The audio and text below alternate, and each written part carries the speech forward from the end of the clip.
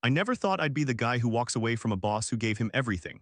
But when you're offered double your salary at a better company, loyalty starts to sound like a word they use to keep you underpaid. I learned that the hard way, and looking back, I still think I was right. I got hired at my first job right out of college. I was 22, fresh-faced, didn't know a thing about the industry. My boss took me under his wing. He trained me from the ground up, every system, every process, every client relationship. He fought for my promotions. In 6 years, my salary doubled. I started at 60,000 and by the end I was making 120. That's a big jump for someone who walked in with zero experience. I respected that man, I still do. Then the offer came. A more prestigious company, better growth opportunities, and a salary that made my eyes water. 250,000 a year plus stock options. That's more than what my boss probably made. The new company was a direct competitor, but I didn't care about that. What I cared about was the math. Double the money, better long-term potential. I didn't even hesitate. But I also knew my boss wouldn't be able to match it. He didn't have that kind of political capital, and honestly, I didn't want to put him in that position.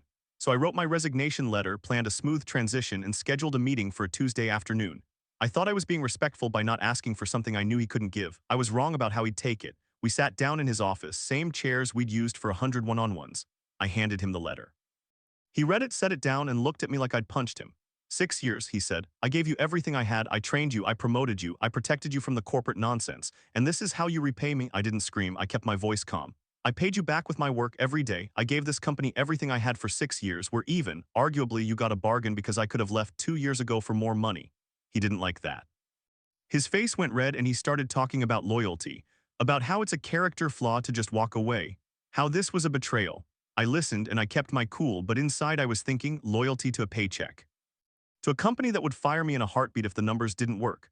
I've seen people with 20 years of tenure get handed a pink slip and not a single tear shed the next morning. Why should I be any different? The conversation got heated. We stayed professional, but you could feel the anger in the air. He asked me if I'd even thought about what I was doing to him personally. I said, I respect you, but respect doesn't mean I have to stay at a job that pays me half what I'm worth. That's not loyalty, that's foolishness. He didn't have an answer for that. I left the office, gave my 2 weeks, and trained my replacement. The last day was awkward. We shook hands, but the warmth was gone. My wife and some friends told me I was being cold and calculating. They said I should have shown more gratitude, but I don't see it that way. I gave them 6 years of hard work and they paid me a fair wage. Both sides got what they wanted. The only difference is that I decided to want more. The Reddit verdict was not the asshole, and I stand by that. Walking away from that relationship, because it was a relationship, not just a job, was the right call. But that experience also opened my eyes to something bigger. Toxic relationships don't just happen at work. They happen with the people you trust most. A few months after that whole drama, I read a post from a woman whose best friend tried to destroy her marriage. That one hit different. It wasn't about money. It was about someone you love trying to burn your life down for reasons you can't even understand. She wrote about meeting her best friend when she was 11. Fresh off a plane in a new country, scared, not speaking the language well, her sister-in-law introduced them and that friendship became her anchor. They grew up together, navigated school, boyfriends, college, careers. By the time she was 29, she was married to a good man and had a 2-year-old son. She thought everything was solid. She worked in an office from 9 to 2 in the afternoon. Her husband's office was 5 minutes away, so sometimes on her break she'd grab a second breakfast and walk over to see him. Simple, normal life. She'd mentioned to her best friend whenever she had to travel for work, a conference in another city, a client meeting, just casual stuff. Last week she had a work trip planned for Wednesday. But Tuesday night a red alert came in about the weather, severe flooding expected. The trip got canceled. So Wednesday morning she stayed home with her son. Her husband went out at 6 to check on his business and put up flood protection, but by 7:30 he was back making breakfast for the family. It didn't even start raining until 1 in the afternoon. They didn't go anywhere until Friday. The whole day was just the three of them inside, safe, boring, normal. On Saturday she went to their usual gym class. Her best friend was there looking serious. We need to talk in private. So they went to the car, sat in the front seats, and her friend took a breath. On Wednesday, she said, I saw your husband with a woman, they were making out, and your kid was in the car. My heart stopped. That's what she wrote. Her heart stopped. She sat there frozen, her mind racing. Then slowly a memory clicked into place. Wednesday, she was home all day with her husband and her son. They hadn't even left the house. But she didn't scream. She just looked at her friend and said, tell me again. What time did you say you saw them? On Wednesday, she said, I saw your husband with a woman, they were making out, and your kid was in the car. I asked her 3 times if she was sure it was this week's Wednesday. 3 times she said yes. I asked about the time, around 11 in the morning, she said. During the red alert, yes. She described it in detail. My husband's arm around a gorgeous blonde, their faces locked, the car seat visible through the back window. She even named the street. I sat there in the driver's seat of my own car, gym bag on the floor, sweat still drying on my neck. And I felt this weird calm wash over me because I knew she was lying. My husband had been home beside me all day. We'd made pancakes together while our son sat in his high chair. We'd watched cartoons. I had texted her home safe at 3 in the afternoon. But she had messaged me first asking if I was back from the trip. She hadn't asked about my husband. She'd asked about me. I didn't call her out right then. I just said, "That's weird. Let me talk to my husband and get back to you." She looked disappointed. I think she expected me to break down right there in the parking lot. I didn't give her that. When I got home, I told my husband everything. He went pale, then he got angry, not at me, at her. He said, "We need to figure out why she would do this." So we started going back through our messages, our calendar. That Wednesday, I had mentioned to Sarah the week before that I'd be traveling. She knew the city, she knew the hotel, she knew the weather alert. She fabricated the whole thing. We called her. I put it on speaker. I said, "Sarah, I talked to my husband. Says he was home all day Wednesday, and I was there too. Our son was there. We didn't leave the house." Silence. Then she stammered, "No, I must have confused the day. It was Tuesday or maybe Thursday." I said, "You told me 3 times it was Wednesday. You described the street, you described the woman, you said you saw our son in the car." More silence. Then she started crying. "I'm so sorry. I was just trying to protect you. I thought I saw something. I must have imagined it." But I knew. You don't imagine that level of detail. You don't lie 3 times in a row unless you're trying to burn something down. I asked her, "Why do you want to see me divorced and alone?" She didn't answer. She just kept apologizing. I hung up. I haven't spoken to her since. I told my husband I don't want her in our lives anymore. He agrees, but it still haunts me. What would have happened if I hadn't been home that day? What if the trip hadn't been canceled? I would have believed her. I would have confronted him. I could have destroyed my marriage based on a lie from someone I trusted since I was 11 years old. That's the thing about toxic relationships. Sometimes they don't look toxic at first. They look like friendship. They look like loyalty. But underneath, there's jealousy, resentment, a need to control or sabotage. I'm glad I trusted my memory more than her story, because that one moment of clarity saved my family. Walking away from a friend like that isn't the same as walking away from a boss. It's messier. It hurts more, but it's still necessary. You have to protect the people who actually have your back, not the ones who pretend to while sharpening a knife. Another story I read around that time was from a woman who was debating whether to tell her close friend not to marry his fiancé. She'd known the guy since college. They were tight, hung out regularly. He'd been with his fiancée for about 6 or 7 years, engaged for 2. The wedding was in a month. At first, the fiancée seemed shy and reserved. That was fine, not everyone needs to be loud. But over the last couple of years, she'd opened up more. And what came out wasn't great. She was insanely insecure and anxious. She complained about everything, his parents' small requests, even the nice things they did for her. She'd air their dirty laundry in front of their friend group, arguing about personal stuff he clearly wanted to keep private. She'd be cruel to him, dismissive, unfair, and then smile like nothing happened. The real issue came up one night when the 4 of them were out for dinner.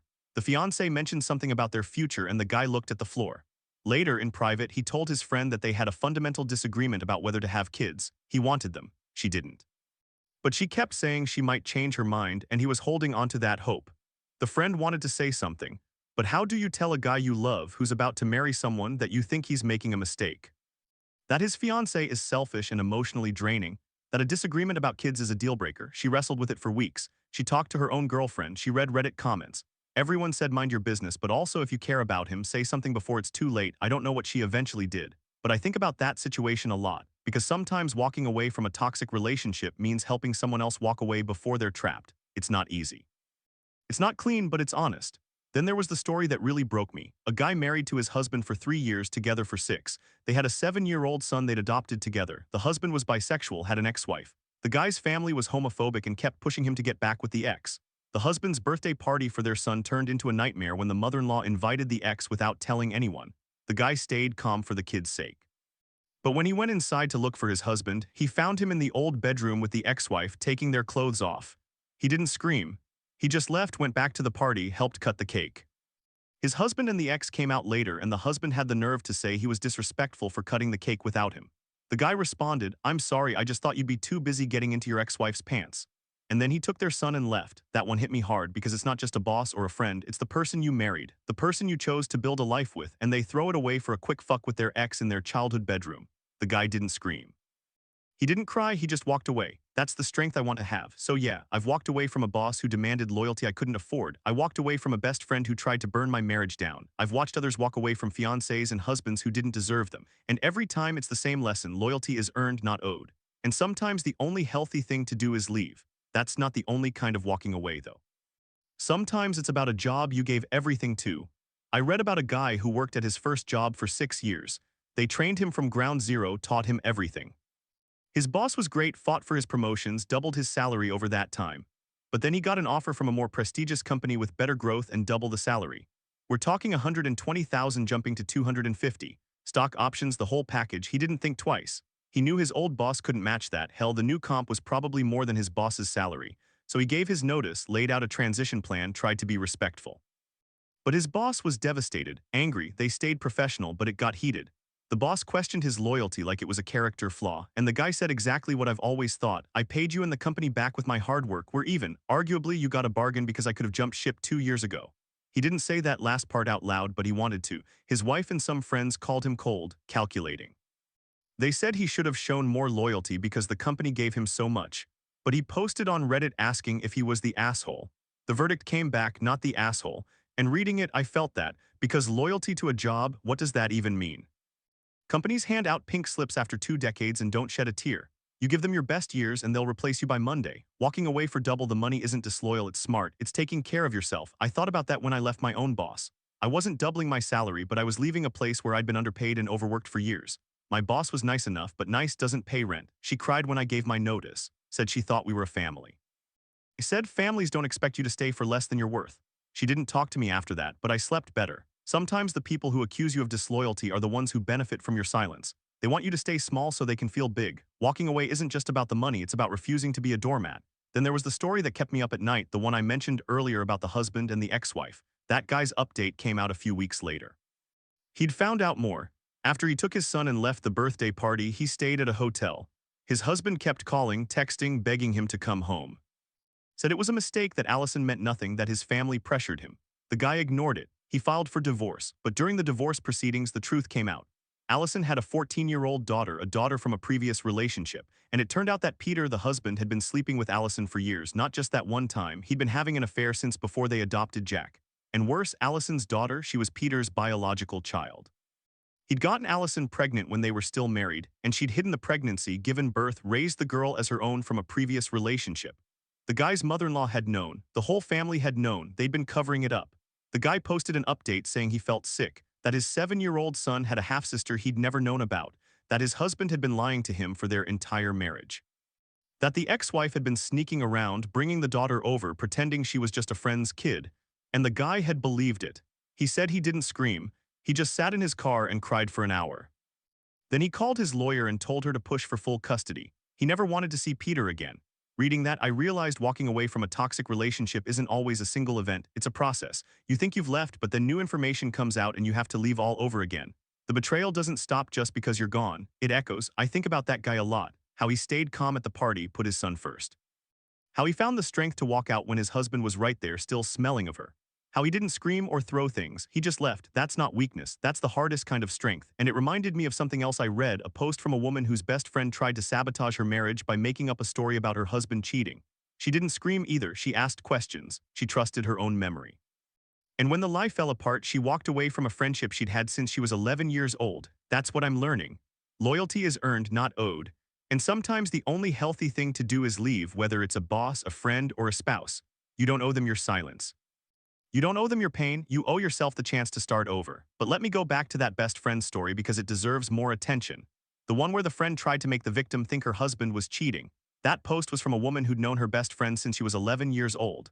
They met when her family moved to a new country. Her sister-in-law introduced them and they just clicked. For 18 years, they were inseparable.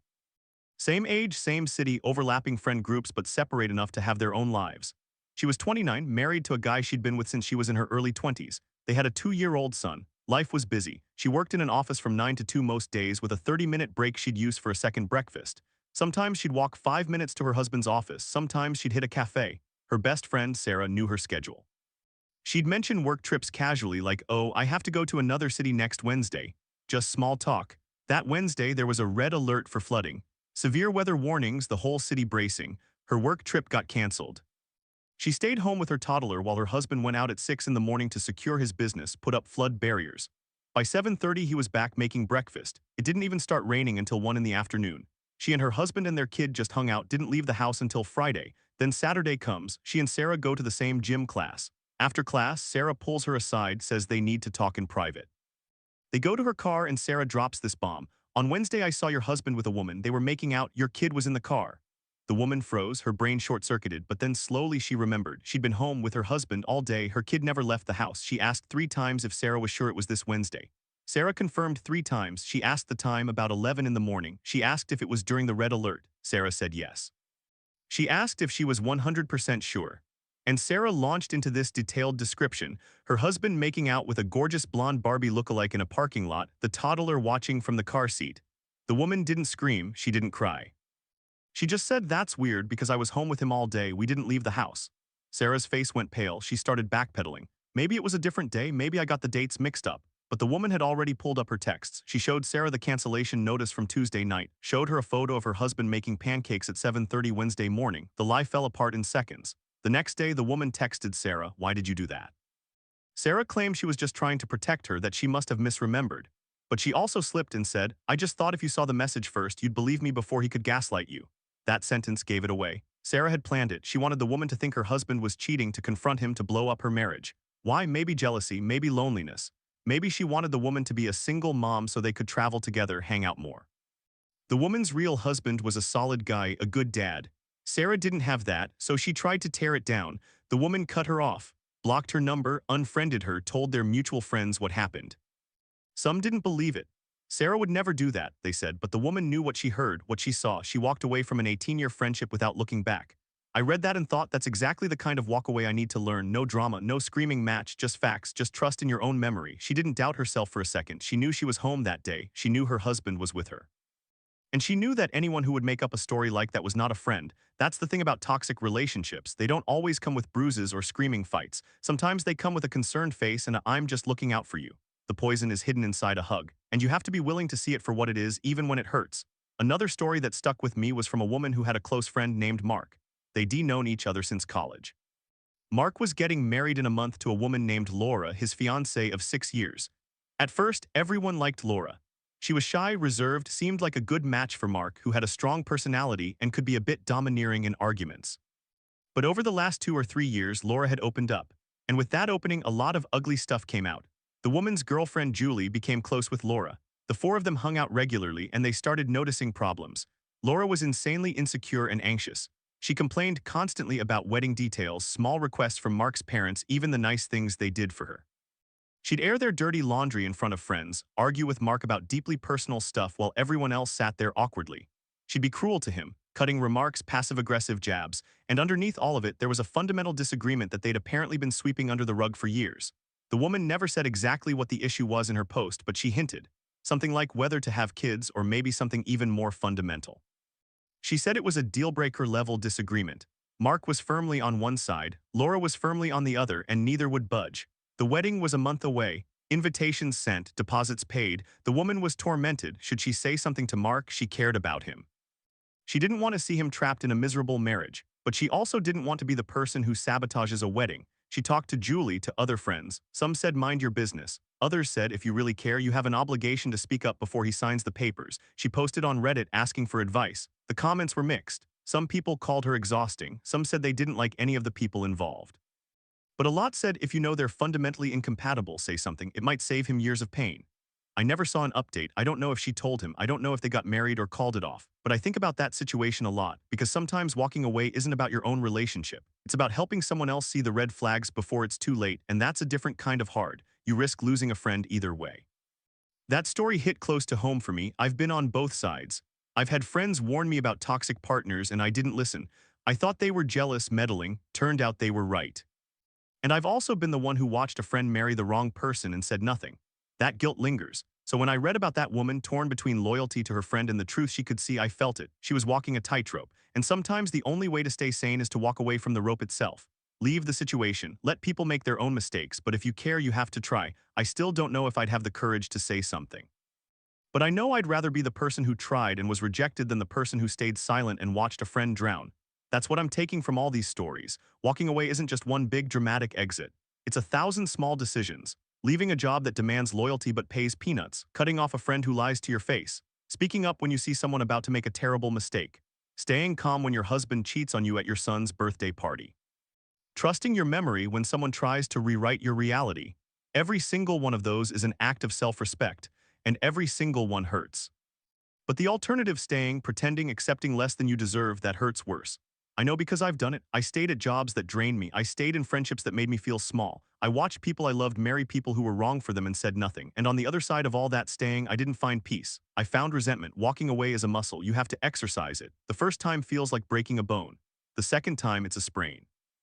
The third time, it's a stretch. Eventually, it becomes automatic. You recognize toxic patterns faster. You trust your gut. You don't need permission to leave. I'm not there yet, but every time I read a story like these, I get a little stronger. I remember that loyalty is a two-way street, that love without respect is just control, that silence is not the same as kindness. And I remember that I can always walk away, even when it's hard, even when it's messy, even when I'm scared. Especially then, I had a different kind of walking away story that I didn't even realize I needed to hear until I read it. It was about a guy, 32, who had been at his first job out of college for 6 years. He started from the ground up, they trained him on everything, and his boss fought for his promotions.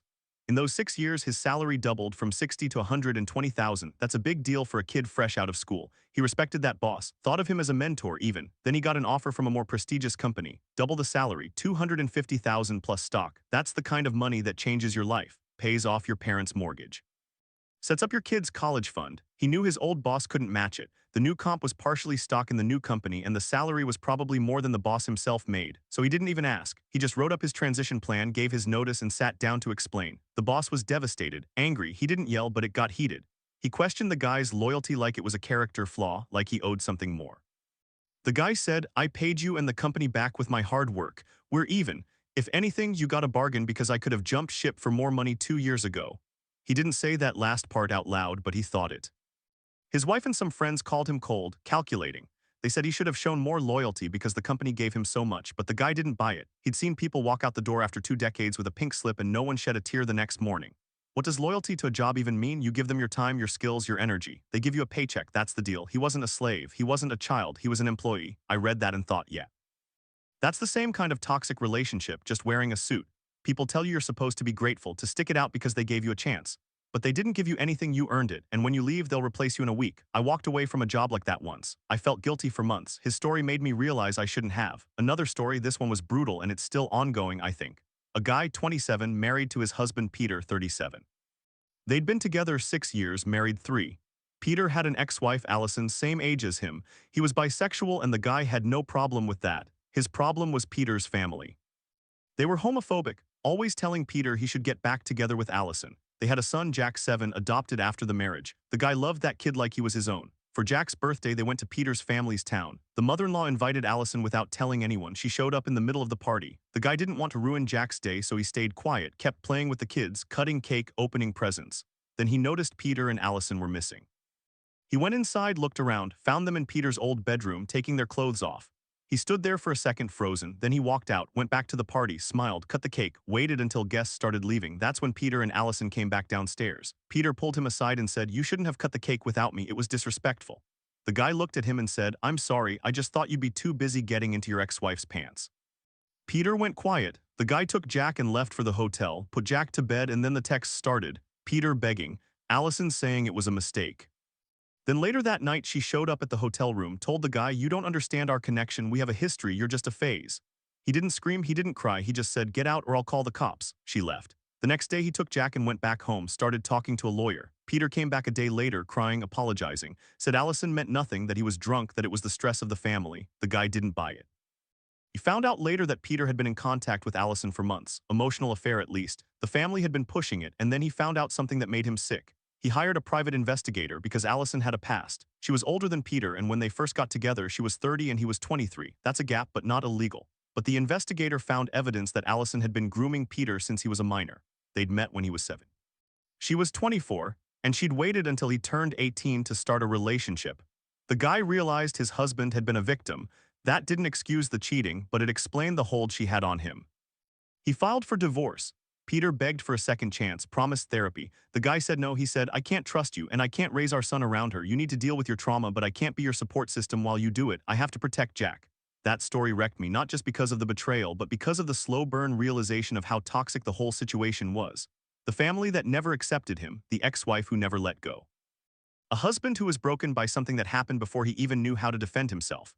And this guy had to walk away from all of it, not just from Peter, but from that whole side of the family, from the life they built, from the kid he loved but couldn't keep. He didn't want to leave, he wanted to fight, but he knew fighting would just drag Jack through more chaos, so he walked away. And he told me through his words that sometimes walking away is the most loving thing you can do for yourself. For your kid, for everyone involved, I think about that guy sometimes. I hope he's okay, I hope Jack is okay, and I hope Peter gets help, but that's not his job anymore. He did the hard part, he walked away. Another story that hit close to home was about a guy 32 who had been at his first job out of college for 6 years. He started from the ground up, they trained him on everything, and his boss fought for his promotions. In those 6 years, his salary doubled from 60 to 120,000. That's a big deal for a kid fresh out of school. He respected that boss, thought of him as a mentor even. Then he got an offer from a more prestigious company, double the salary. 250,000 plus stock. That's the kind of money that changes your life, pays off your parents' mortgage, sets up your kid's college fund. He knew his old boss couldn't match it. The new comp was partially stock in the new company, and the salary was probably more than the boss himself made. So he didn't even ask. He just wrote up his transition plan, gave his notice, and sat down to explain. The boss was devastated, angry. He didn't yell, but it got heated. He questioned the guy's loyalty like it was a character flaw, like he owed something more. The guy said, "I paid you and the company back with my hard work, we're even. If anything, you got a bargain because I could have jumped ship for more money 2 years ago." He didn't say that last part out loud, but he thought it. His wife and some friends called him cold, calculating. They said he should have shown more loyalty because the company gave him so much, but the guy didn't buy it. He'd seen people walk out the door after 2 decades with a pink slip and no one shed a tear the next morning. What does loyalty to a job even mean? You give them your time, your skills, your energy, they give you a paycheck, that's the deal. He wasn't a slave, he wasn't a child, he was an employee. I thought about that story for days. I had a similar conversation with my own boss once when I gave notice at a job I'd been at for 4 years. I was making 45,000 and I got an offer for 70. My boss told me I was being disloyal, that they'd invested in me. I felt guilty for weeks. I almost backed out. But reading that guy's story made me realize the guilt was manufactured. They invested in me because I was a good employee, not out of charity. I gave them my best years. I showed up early. I stayed late. I never stole a paperclip. And in return, they paid me a fraction of what I was worth. When I left, they replaced me in 2 weeks. Nobody cried. That story also reminded me of another walking away moment, but this one was personal. A woman, 29, best friend since she was 11. They met when she just moved to a new country and her future sister-in-law introduced them. Her best friend, Sarah, was the first real friend she had in that new place. They grew up together, shared secrets.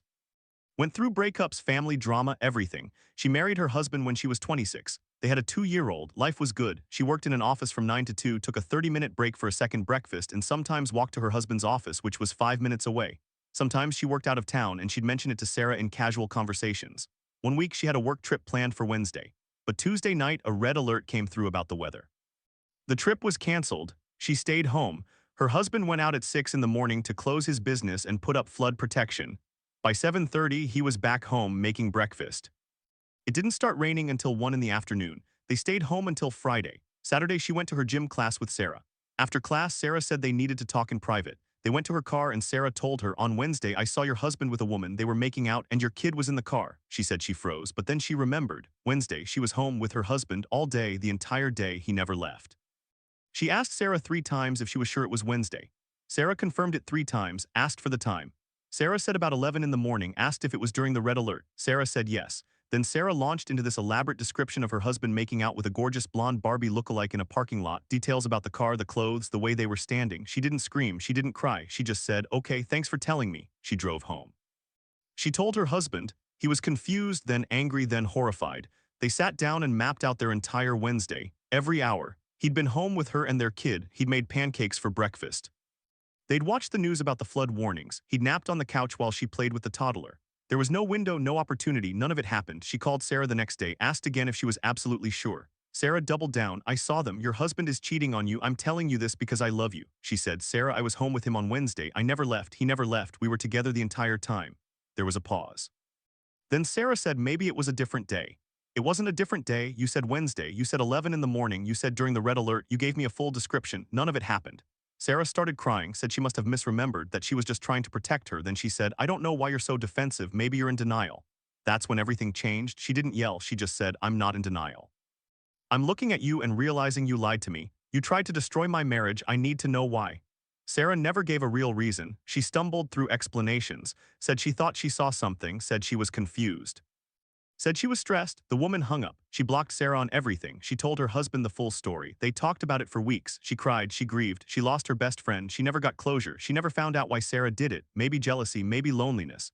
Maybe she wanted her friend to be single so they could hang out more.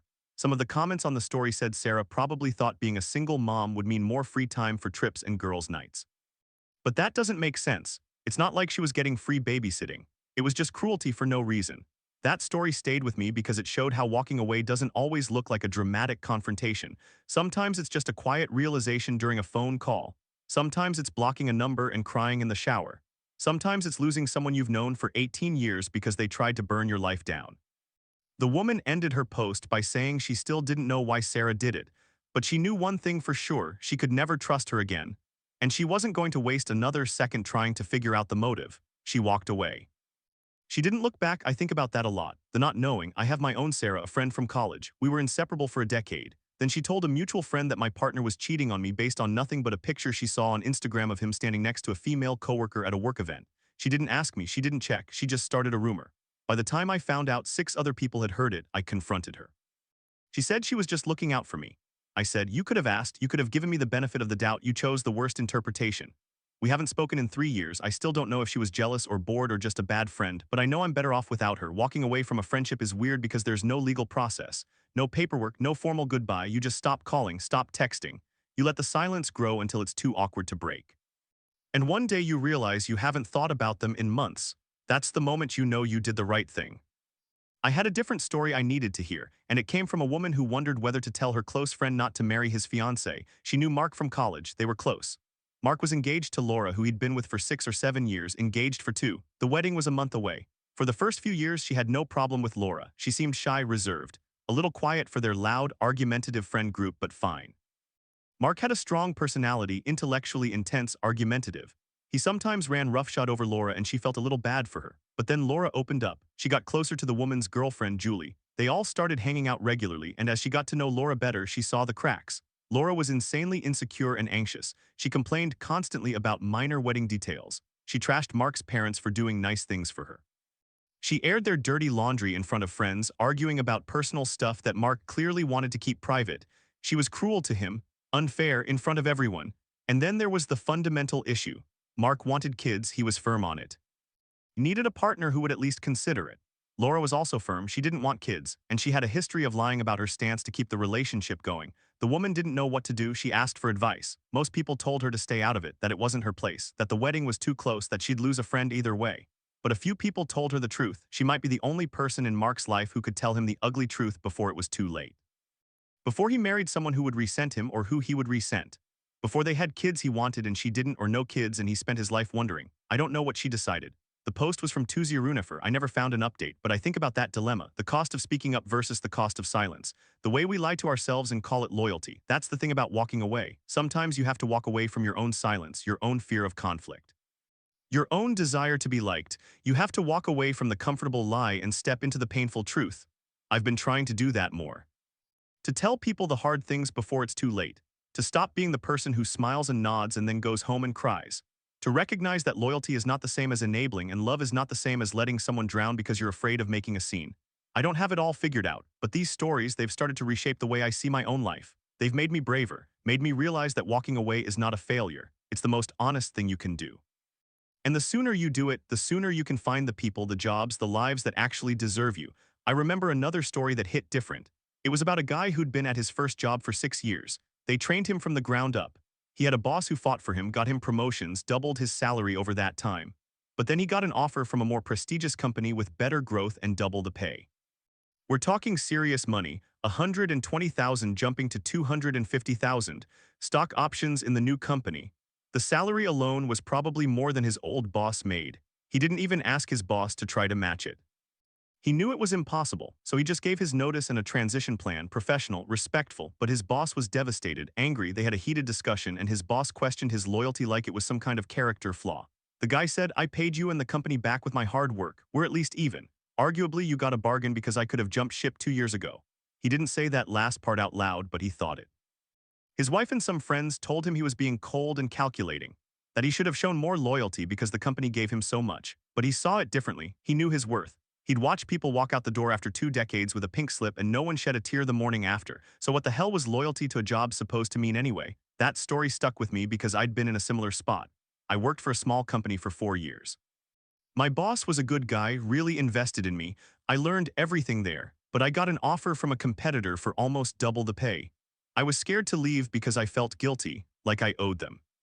I stayed another year and by the end I was miserable. I resented them. I started doing the bare minimum. When I finally quit, my boss was pissed anyway, so all that loyalty I thought I was showing just delayed the inevitable. I should have left sooner. The guy in the story got a verdict of not the asshole. Most people agreed with him. Loyalty in a workplace is a one-way street. Companies don't show you loyalty when times get tough. They lay you off without blinking. So why should you give them loyalty when a better opportunity comes? It's a transaction. You work, they pay, that's it. I thought about that when I was stuck in my own toxic relationship. I kept telling myself I owed him something because we'd been together so long, because he helped me through a rough patch, because he loved me once. But love isn't a debt. You can't pay it back with suffering. Another story that I heard after I finally left was from a woman who found out her husband was cheating with his ex-wife. And I mean, the details were brutal. She was 27, married for 3 years, together 6. They had a 7-year-old son that they'd adopted after marriage. She loved that boy like her own. Her husband was bisexual, which she was fine with, but his family was homophobic. They always pushed him to get back together with his ex-wife Allison. They went to his family's town for their son's birthday party. The mother-in-law invited Allison without telling anyone. She showed up in the middle of the party. The woman kept it together for the kid. She spent the whole time playing with him and his cousins. Then when it was time to cut the cake, she noticed her husband and Allison were missing. She went inside and found them in his old childhood bedroom, taking their clothes off. She didn't scream, she didn't cry. She walked back outside and finished the party. She cut the cake, she opened presents, she waited until everyone was leaving. Then her husband and Allison came back downstairs. He took her aside and started yelling at her for cutting the cake without him. She just looked at him and said, "I'm sorry, I just thought you'd be too busy getting into your ex-wife's pants." He went quiet. She took her son and left for the hotel. The updates got worse. The ex-wife started stalking her, called her work, left threatening voicemails. The husband tried to gaslight her, said it was nothing, that she was overreacting. But then she found out the ex-wife's daughter, the one from her new marriage, was actually a child she'd had with a 14-year-old. She'd been grooming minors. The ex-wife was ultimately arrested for child exploitation. The woman divorced her husband, got a restraining order. She moved across the country with her son. She said in the final update that she still loved her husband in some ways, but she could never trust him again. And she had to protect her child from that ex-wife. That story made me sick, but it also made me realize how much we try to save relationships that are already dead. She walked away from a man she loved because he chose to cheat on her at their son's birthday party with the woman who was a predator. There's no coming back from that. There's no loyalty that justifies staying. I think about that when I feel the old guilt creep in, when I wonder if I should have tried harder. I remember that I didn't owe him anything. I owed myself safety. I owed myself peace. I walked away and I'm not going back. There's another story that stuck with me about a woman whose best friend tried to sabotage her marriage. She was 29, married for a few years with a 2-year-old. She met her best friend Sarah when she was 11, right after moving to a new country. They'd been close ever since. Her husband was 31. They had a solid life. She worked in an office from 9 to 2 with a 30-minute break. Sometimes she'd walk 5 minutes to her husband's office and grab a coffee with him. Sometimes she'd go to a cafe nearby. Every now and then she had to travel for work, and she'd mention it to Sarah casually. One week she was supposed to travel on a Wednesday, but there was a red alert weather warning Tuesday night. The work trip got canceled. She stayed home with her toddler. Her husband left at 6 in the morning to go secure his business and put up flood protection. He was back by 7:30 and made breakfast. It didn't even start raining until 1 in the afternoon. At 3 o'clock, Sarah texted asking if she was home safe because the flooding was bad where she was supposed to travel. She replied home safe, and that was it. They didn't go out until Friday. Saturday they had a gym class together. Sarah said they needed to talk in private. They went to the woman's car and Sarah told her, "On Wednesday I saw your husband with a woman. They were making out and your kid was in the car." She froze. For a second her heart stopped, but then she remembered she had been working from home with her husband and baby for 2 days straight. There was no way. She asked Sarah 3 times if she was sure it was this week's Wednesday. Sarah confirmed each time. She asked about the time. Sarah said about 11 in the morning. She asked if it was during the red alert. Sarah said yes. Then Sarah launched into a whole description, her husband making out with some gorgeous blonde Barbie lookalike. The woman just sat there. She didn't scream. She didn't cry. She said, "That's impossible. I was home with him all day Wednesday. He never left. The weather alert canceled my trip. We were together from 6 in the morning until we put the baby to bed." Sarah's face went white. She started stammering. Oh, maybe it was a different day, but the woman had already pulled out her phone and showed the weather alert from Tuesday night. She showed the text exchange from Wednesday afternoon. She said, "You asked me if I was home safe. You knew I was supposed to be traveling. You tried to make me think my husband cheated while I was gone, but I wasn't gone." Sarah broke down, admitted she made it up, said she just wanted more time with her friend, thought if she became a single mom they could hang out and travel more. She didn't think it through. The woman cut her off completely, blocked her number, told their mutual friends what happened. Some of them tried to say Sarah was just lonely, that people make mistakes, But the woman knew better. She realized Sarah had been planting seeds of doubt for months, little comments about her husband working late, about how he looked at other women. She just hadn't noticed because she trusted her. After that, she changed everything. She stopped sharing her schedule on social media. She stopped telling people when she traveled. She and her husband got into therapy to rebuild the trust she didn't even know was cracked. It took months, but they came out stronger. That story hit me hard because I had a friend like that. Not someone who tried to sabotage my marriage, but someone who fed on my unhappiness. Every time I complained about my ex, she'd agree and amplify it. She'd tell me I deserved better, that I should leave. But when I actually started making moves to leave, she got weird, distant. She didn't want me to be happy, she wanted me to be miserable with her. I walked away from that friendship too. It's lonely sometimes. But I'd rather be alone than surrounded by people who are rooting for my downfall. I think about that other story too, the one about the friend Mark and his fiancée Laura.